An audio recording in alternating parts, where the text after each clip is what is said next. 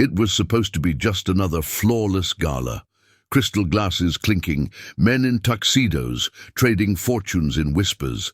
But when a barefoot girl stepped into the ballroom, nobody noticed, until she spun in perfect rhythm with the boy who never danced. All conversations died, and from the marble staircase above, Richard Caldwell stopped breathing. Who was she, and what had she just unlocked in his silent son?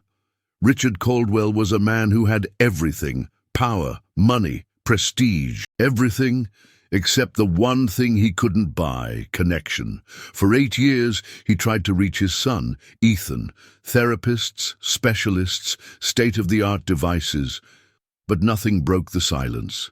Ethan lived in a quiet world of routines, lining up toy cars, avoiding eye contact, never speaking, never smiling. To the world, Richard was a titan. To his son, he was just a shadow in the hallway. That night, at the annual Tech Humanitarian Gala he himself funded, he brought Ethan, just once, just to expose him to the world, as the experts said. But Richard wasn't prepared for the barefoot girl. The way Ethan looked at her, the way he moved. It was the first time his son had ever taken a step toward someone, and Richard had no idea what that single dance was about to change. Richard Caldwell didn't come from wealth. He built it, first as a software engineer, then as a visionary CEO. He was the kind of man who controlled boardrooms with a single glance, who believed every problem had a code to crack, a logic to master, except Ethan. When his wife died during childbirth, Richard buried himself in work, telling himself that success would fill the void, that money would fix what life had broken. But Ethan wasn't broken. He was simply unreachable. At home, Richard moved through a glass and steel penthouse like a guest in a museum. The lights were automatic. So were the conversations. Ethan never spoke, never touched, never reacted, unless someone changed the order of his cereal boxes or played music too loud. Even hugs were foreign. Touch meant panic. Noise meant meltdown. Nannies came and went. Specialists took notes. One even said, "Mr. Caldwell, some children just stay in their own world." But that wasn't enough. Richard hated that answer. He hated helplessness.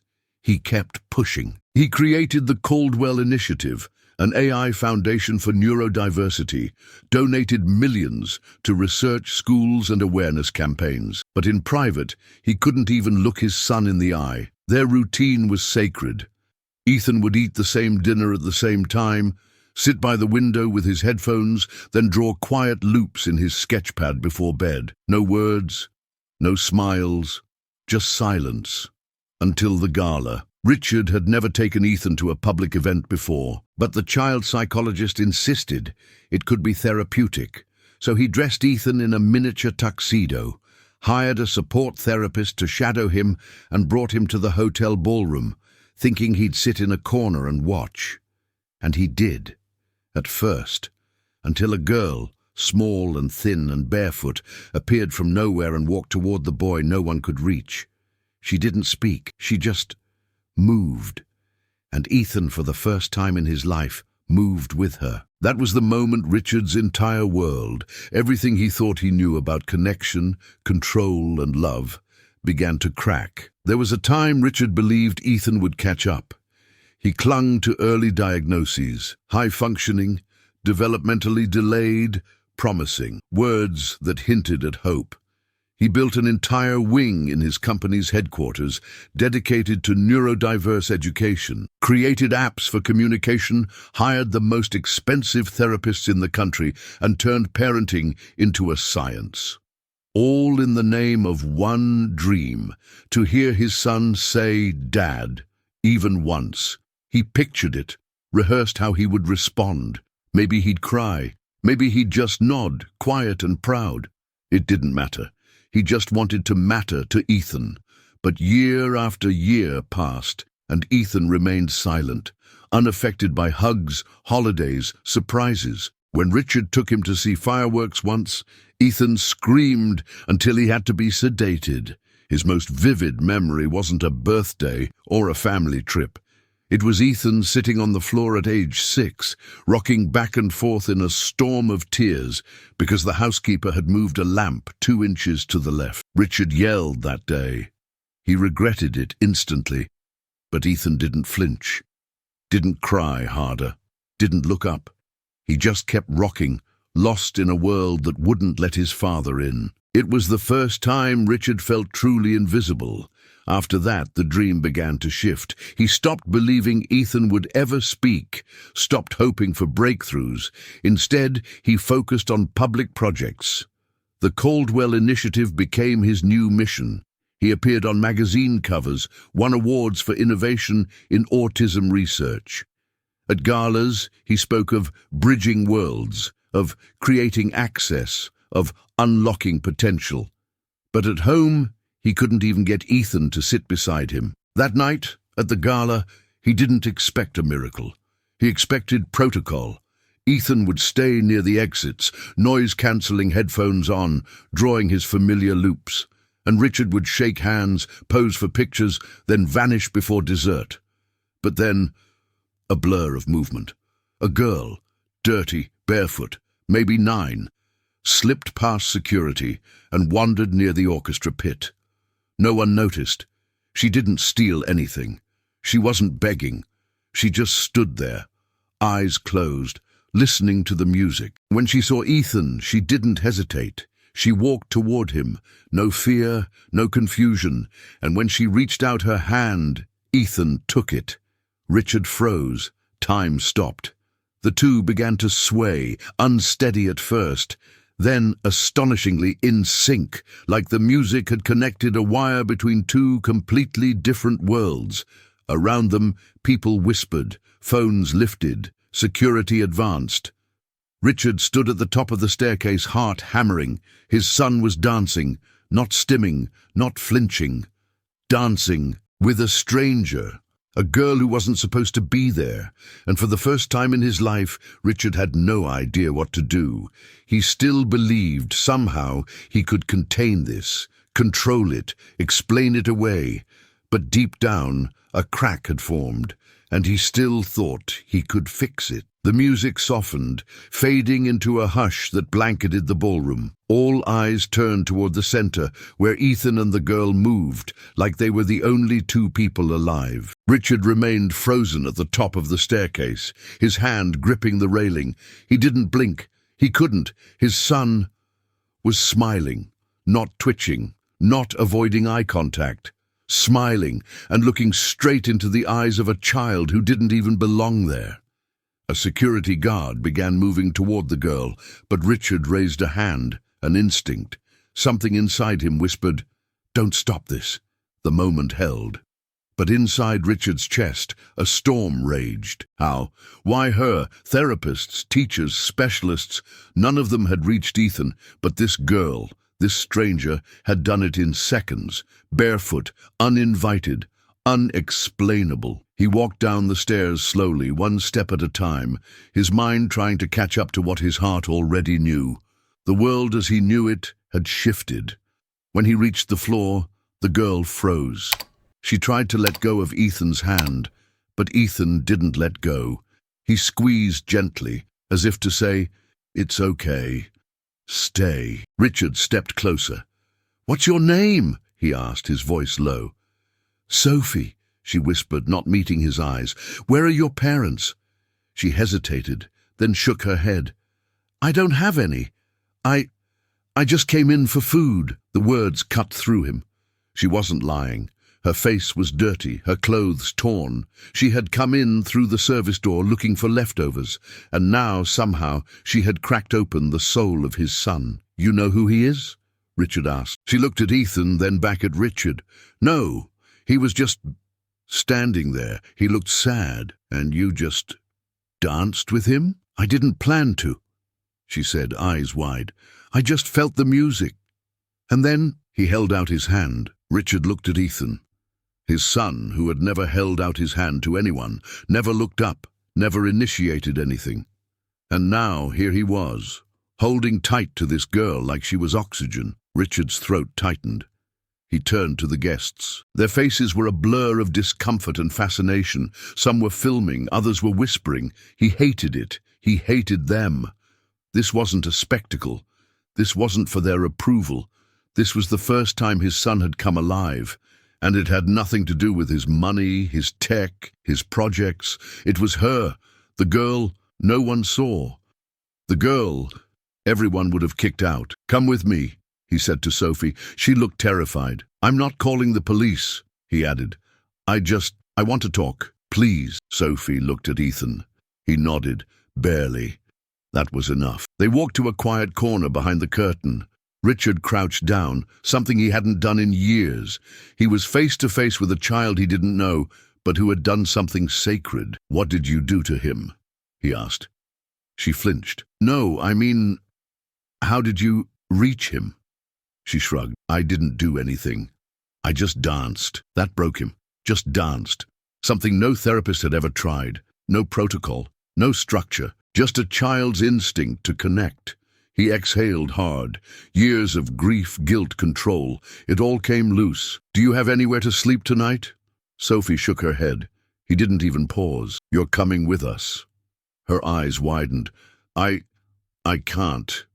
"You can, and you will, just for tonight, to be safe." She looked unsure, but Ethan, still nearby, reached his hand out again. This time, she took it. That night, Richard sat alone in his penthouse, watching the two children on the floor. Ethan was showing Sophie how he arranged his pencils. Sophie was laughing softly. No tension, no fear.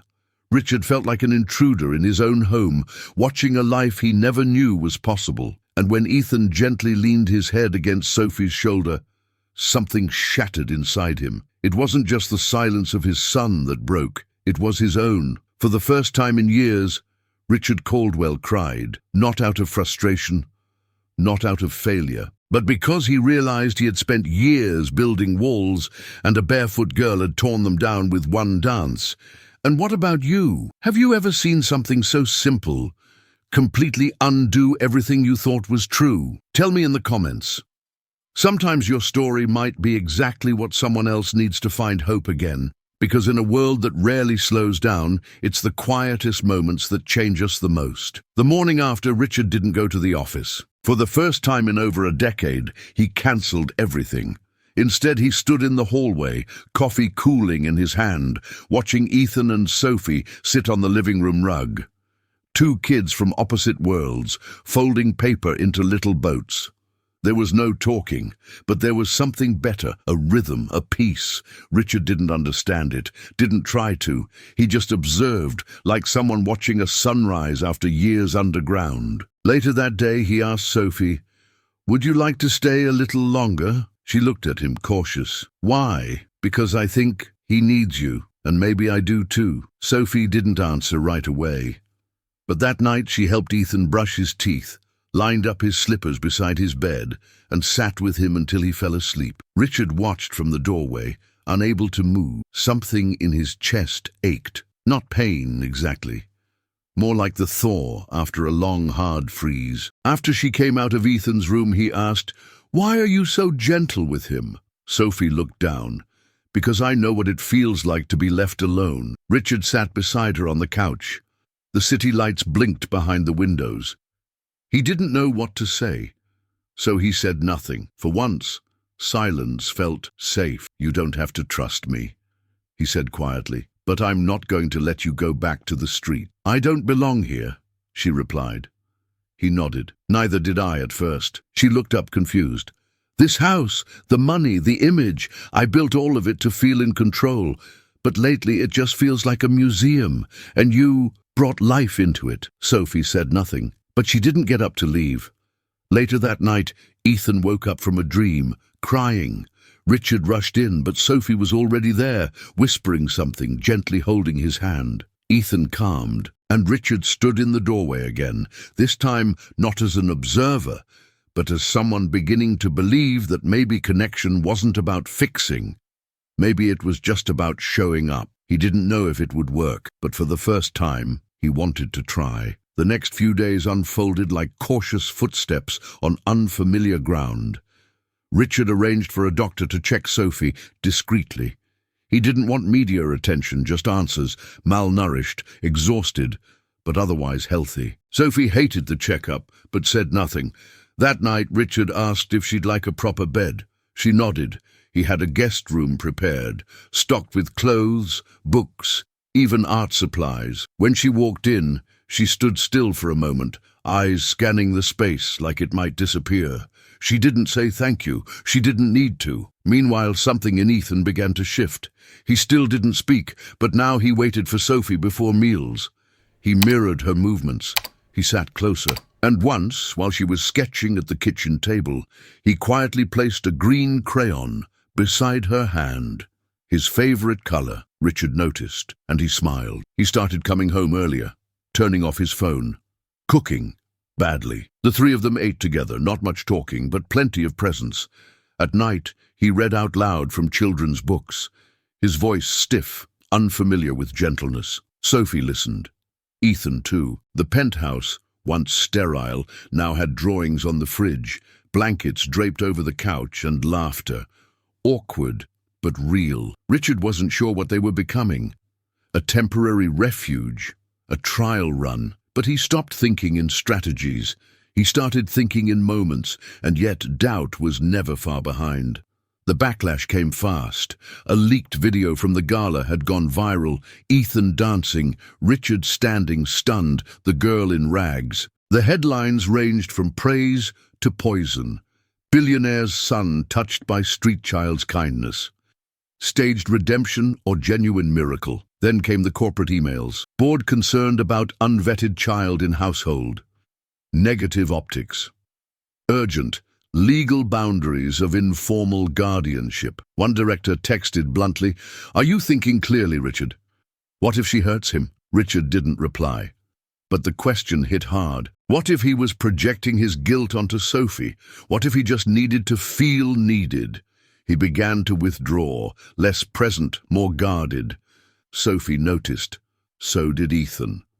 One afternoon she packed a small bag. She was going to leave quietly. But Ethan stood in the doorway, blocking her path. His face didn't change. He didn't cry. He just held up a piece of paper. A drawing. It was 3 stick figures, holding hands. One tall, one small boy, one girl with messy hair. Tears filled Sophie's eyes. Just then Richard appeared behind her. He saw the bag, the drawing, the fear. "I'm scared too," he said softly. "But please, don't go." She didn't. And later that night, as they all sat on the rug, Ethan picked up a magnet letter and held it up. "F," he said. Both Richard and Sophie froze. It was the first sound Ethan had ever spoken. It wasn't perfect. It wasn't planned, but it was real, and it was enough to remind them all. Something extraordinary was taking root. 3 weeks later, the Caldwell Foundation held its annual press event. Normally, Richard would delegate, appear for 10 minutes, and vanish. But this year, things were different. He stood backstage, wearing a plain navy suit. No tie, no script. In the crowd, investors, tech partners, journalists, but also teachers, therapists, parents of neurodivergent children. And in the front row, Ethan, sitting beside Sophie, both dressed in soft earth tones. No flash, no spectacle, just family. The host introduced Richard with rehearsed applause.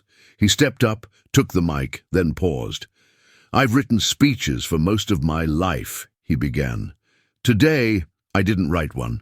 I'm just going to speak as a father." The room quieted. For 8 years, my son never spoke a word, never danced, never smiled. I blamed myself, tried to fix it with science, strategy, money. He looked down at Ethan, who looked back, calm and present. And then, one night, someone walked into our lives. Someone small, quiet, uninvited, and she didn't try to fix him. She just danced.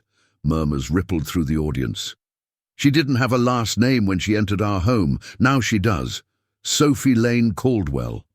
People froze. She changed my son's life, and mine, not through programs or policies, but through presence, through seeing someone others overlook. He turned to the side of the stage. "Sophie, "Would you come up here, please?" She hesitated, but Ethan gently touched her hand, and she rose.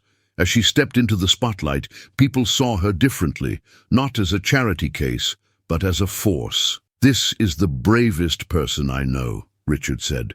"She taught me that love isn't earned, it's recognized, it's returned." Sophie's eyes glistened. Richard knelt, looked at her. "I'm not a perfect man, but I promise to be your father in every way that matters, not just legally, not just today, but for every morning you wake up under my roof and every night you go to sleep knowing you're safe." Someone began to cry in the audience. Ethan stood slowly and walked to them, unassisted. He reached into his pocket and pulled out 2 small elastic bracelets, handmade. One said Sophie, the other Ethan. He gave one to her, the other to Richard. Then, quietly, barely above a whisper, he said, "Family." A silence deeper than applause took over the room. And then, thunderous standing ovation. Sophie hugged Ethan.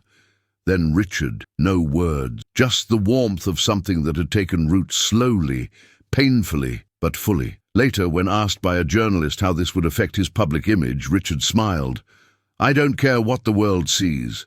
I care what he sees." He looked at Ethan. "And what she feels." That night, back home, Ethan danced again. No music, no audience, just joy. Sophie joined him, and Richard watched. This time not from a distance, but from the heart of something he once thought he'd never understand. Unconditional love. Months passed, the media frenzy faded, the headlines moved on.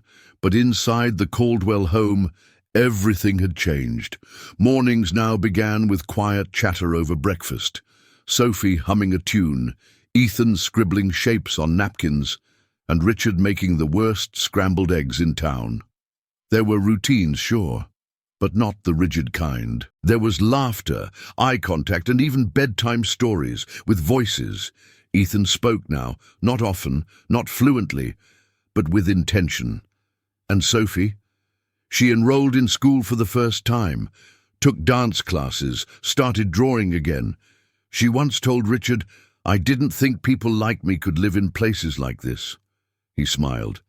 "That's because this place didn't live until you got here." Richard still ran his company, still signed million-dollar deals, but his greatest investment now was dinner at 6 p.m., art on the refrigerator, and Saturday morning dance sessions in the living room. He no longer needed to be seen. He just wanted to see his son grow, his daughter become, and himself finally become whole. Because sometimes the strongest stories aren't told in headlines or history books. They're written in small hands, holding yours in the dark, in the silence after the music, in the eyes of a child who says nothing but changes everything. Maybe you've never danced in the middle of a ballroom. Maybe you've never changed someone's life with a single step. But maybe you've smiled at the right person on the wrong day, or held someone's hand when they couldn't speak, or stayed when everyone else walked away. Those moments matter.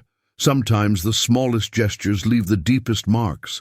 Just like Sophie, maybe you've been invisible too, until someone finally saw you. Tell me, have you ever been the unexpected light in someone's dark, or has someone ever saved you without even knowing it? Share it in the comments, because your story might be the spark someone else is waiting for. And if this one touched your heart, leave a like and subscribe. We have many more true stories that prove love is louder than silence.